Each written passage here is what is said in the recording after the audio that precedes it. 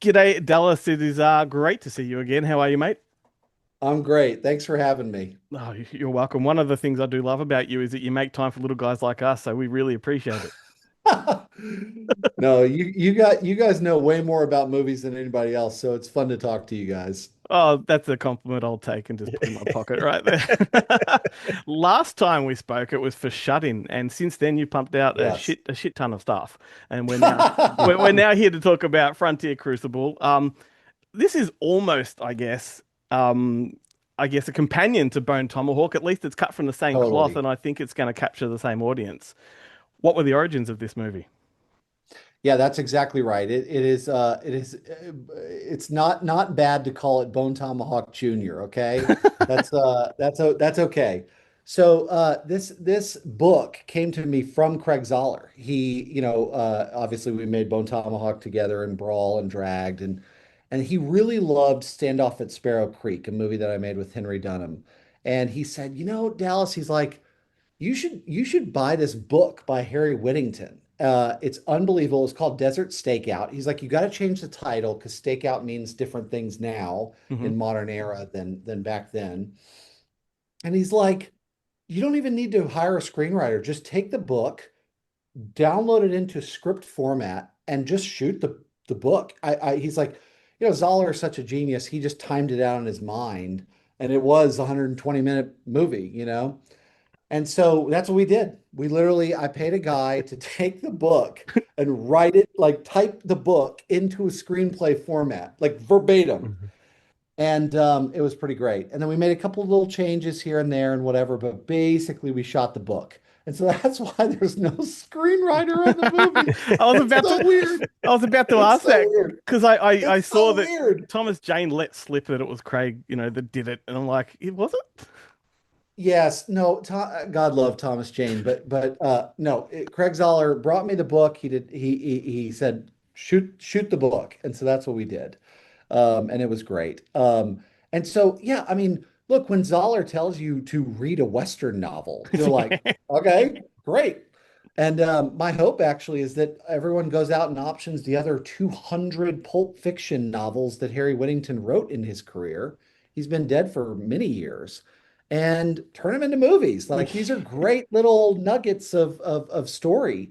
And so I was really pumped about it. And then so I bought it, and then COVID happened, and it kind of derailed us for a minute. And I went into business with Daily Wire in a major way and things like that. And so anyway, I get this email from this guy Travis Mills, and he looks like a homeless, like kind of Western weirdo. And no, I'm kidding. He's one of my best friends, but like, he was like, I love your movies, and I'm doing this crazy thing where I'm making 12 Westerns in 12 months in the middle of COVID, and every budget's about $15,000. And I said, you're insane. I brought him on board, Terror on the Prairie, which we made with Gina Carano after Shut In. Yeah. And I said, Travis, you are going to sit next to Gina and the director, and you are going to make sure that everything Western is correct. And then he did a stunt where we yanked him off of a horse. Then he picked up B cam and started shooting second unit and blah, blah, blah, blah, blah, blah, blah. Then we go and make the Pendragon cycle with Daily Wire. And I just took him with me. I just made him do all the dirty work that I didn't want to do. Right.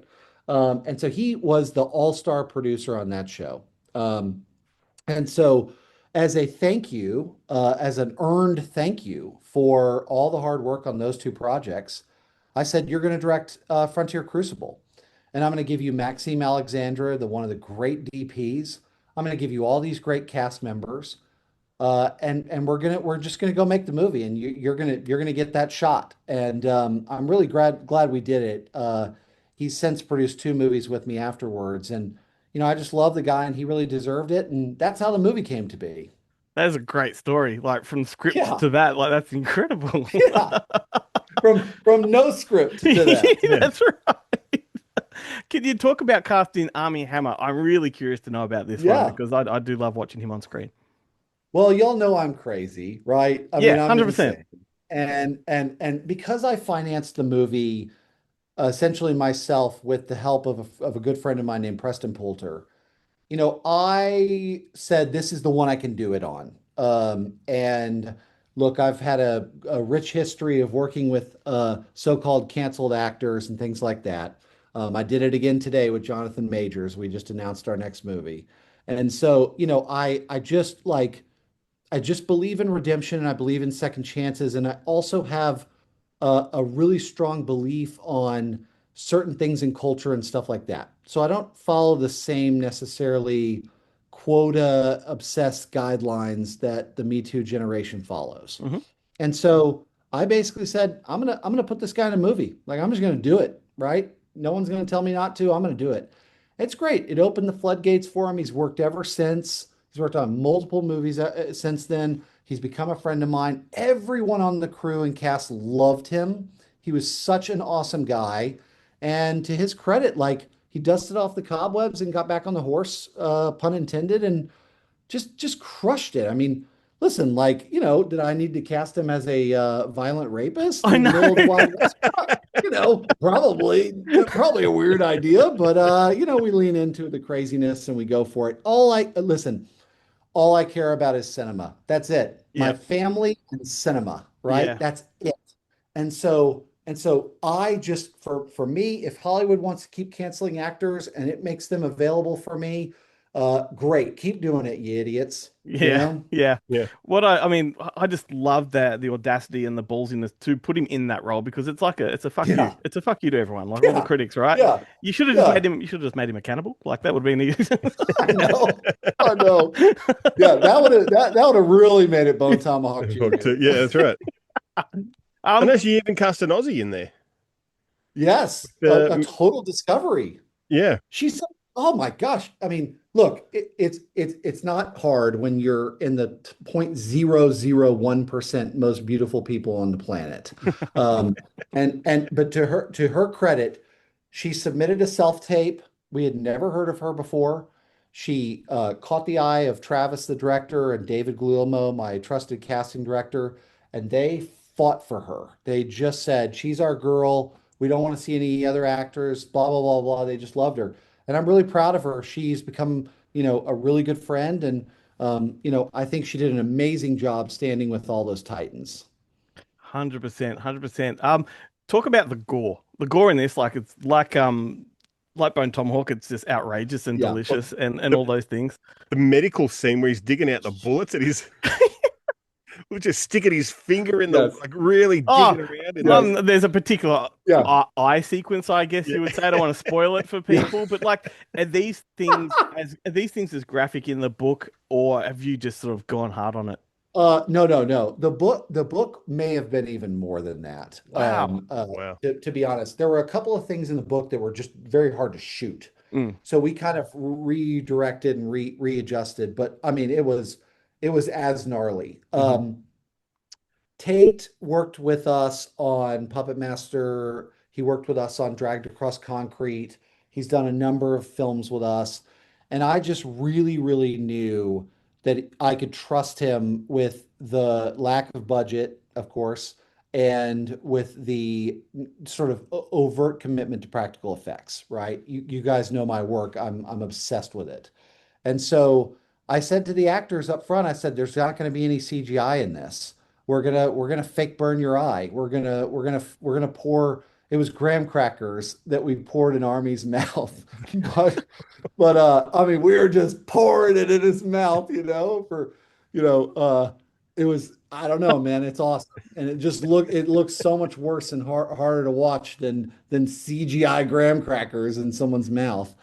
Um, and in terms of the blood, like, look, if you care about this stuff, you follow the greats. And Coppola and his team designed that brown blood for Godfather, for the horse head scene. And then, of course, working with Craig Zoller, you learn the rules. You got to have that brown blood. And so we call it the Dallas Dark. And we now have Oscar-winning Jeff Dawn and Tate Steinsick doing all the hair and makeup. And they're brilliant. And I tell them, don't let any red blood on set. Other than that, do whatever you want, go crazy. And so that's how it works. Amazing, amazing. And look, I said at the start of this, you've been pumping stuff out and you've got a whole lot more in the pipeline. Can you tell Yeah. us a little bit about John Rambo? Because that's got me hard. Yeah. So okay, so so so the funny thing about John Rambo is I hear about I because I'm I get the info, the updates, right? And so I hear about all of it soon, and I'm like, how do I not tell the world what I know right now? So like previously it was like Jamari Hollander is directing John Rambo. Oh my gosh. And I had to keep that a secret for months. Yeah. And what happened was my friends at Millennium, they had a real challenge. They got in trouble with one of the guilds, and I signed a guarantee that I would use my company to step in for them and to essentially guarantee the residuals for the writers. I felt that they were unfairly treated, but also at the same time, as a deep sort of champion of artists and who cares so much about my writers, I wanted these guys to know going into this movie that they were going to be protected, right? So I stepped in and I got to get credits on the movie and be a part of it and all that kind of stuff for protecting the writers. And so that's my contribution to John Rambo. I know way too much about it. The footage is unreal, and it's Man. just gonna be awesome. It's Yeah. gonna be awesome. Yeah. I'm so excited for it. What a director to get for that one too. Like, Yeah, yeah. perfect. Wait till y'all hear about the rest of the cast. Oh Oh man. Oh, no. Awesome. Um, I did notice that Craig Zala's latest film, Empire City, was shot here in Melbourne, where we're based. Yeah, You oh should yeah. come down here and make a movie. Have you ever considered I making something down know. under? We got some I great know. tax That. breaks. And a Yes. dollar's not worth anything. Yes. Well, and my wife is a major tennis fan, and she's been to most of the big tournaments except the Australian Open. So maybe we'll come down next January. Yeah, Yeah, come down in that the that summer. that was Yeah. a great script that Zoller wrote that we sold as a spec script. Right. It was called Breaking the Empire State, which I think is a better title, but Hmm. And they took Zoller's concept and they rewrote him, and it's got touches of Zoller in it still, but it's really become something else. It's become the next So Gerard Butler film. it's become the whatever it's going to become. Yeah, yeah, When they right. when they pay you and they own it, they can do whatever they want. Yeah, yeah, yeah. So, And I'm sure it's going to be great. I mean, those producers are friends of mine. Those are good writers that they brought on to replace him. I mean, whatever, like we'll see. We'll well, see. they've certainly transformed the streets of Melbourne CBD. So, I'll be interested to Yes, see how yes. they pull The it off. truth is, if I came to Australia and made a movie, I'd have to go way out into the middle of nowhere because everyone would freak out too much. Yeah, yeah, They'd be yeah. like, they'd be like, this guy's really killing people. It's too real. Oh, you need to come down and remake Quickly Down Under. Yeah, yeah, right. That's so good. I'm That's such a wondering, great I'm wondering movie. what your thoughts are on like the current state of cinema. Do you have any favorites, Yeah, recently that you've watched? we had an unbelievable win today with Paramount beating Netflix for Warner Brothers. Yeah, saw that. That for anyone who cares about theatrical cinema, right? Those two words, theatrical cinema, we may have saved the industry today. I really believe that. David Ellison and his father and everyone who works over at Paramount are going to be amazing stewards of an unbelievable legacy brand. And while I do love Netflix and I watch it all the time, um, I don't trust their commitment to theatrical. Hmm. And if you follow the news, especially from AMC theaters, they're in such trouble right now. They're closing tons and tons of theaters in America. Their stock is in the toilet, and they're so deeply in debt, there's probably not a way out for them. And so I fear, I'm a vocal conservative. I'm a populist. I believe in a strong middle class.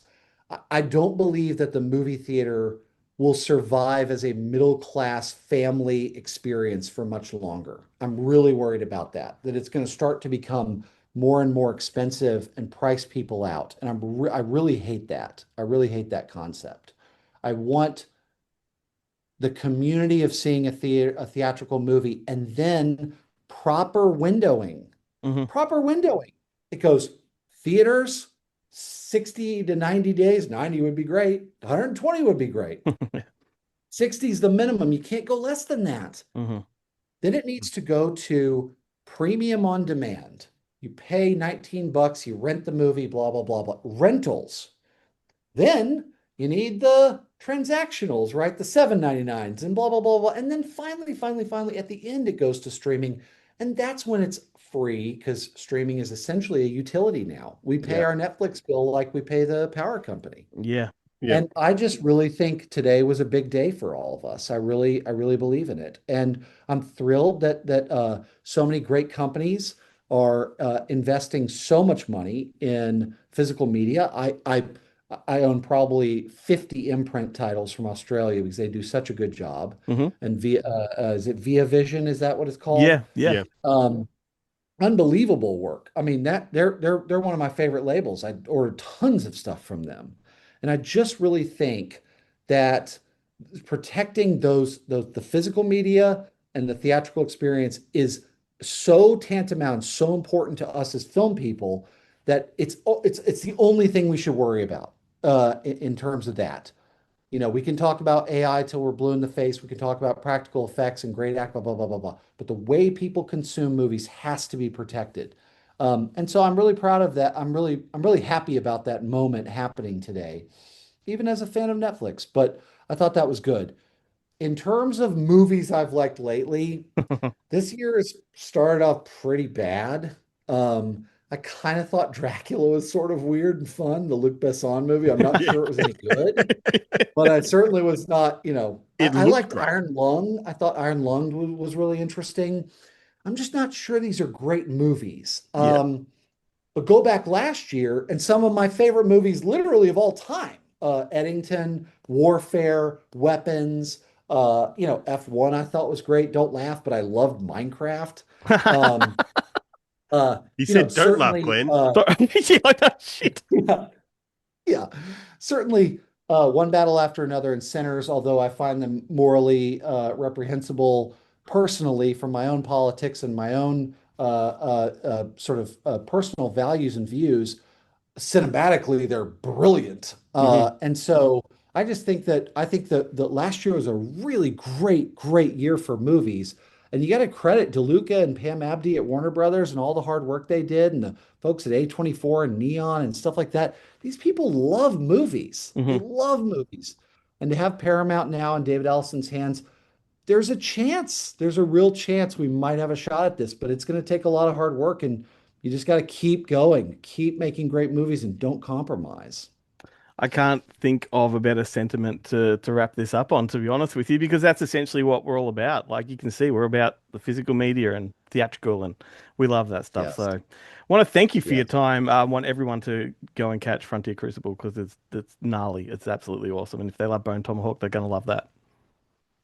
Thanks, guys, for having me. We so appreciate all the support. And yeah, Frontier Crucible is a total labor of love for people who love movies and love Westerns. And if you love Bone Tomahawk, you're going to love Frontier Crucible.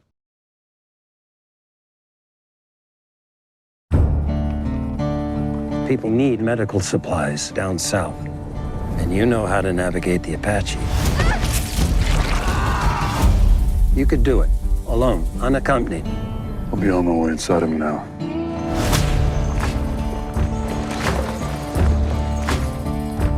Ambushed by Apache? Yeah. Help us out. We'd be beholden.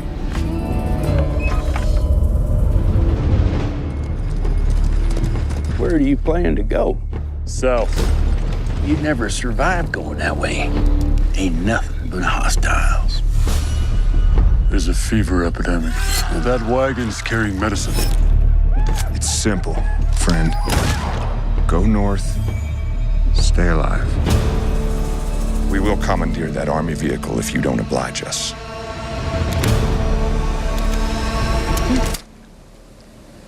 Don't threaten me.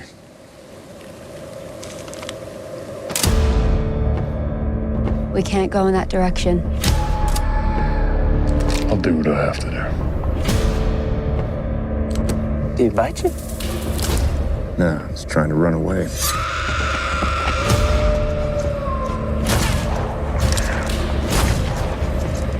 You killed an Apache.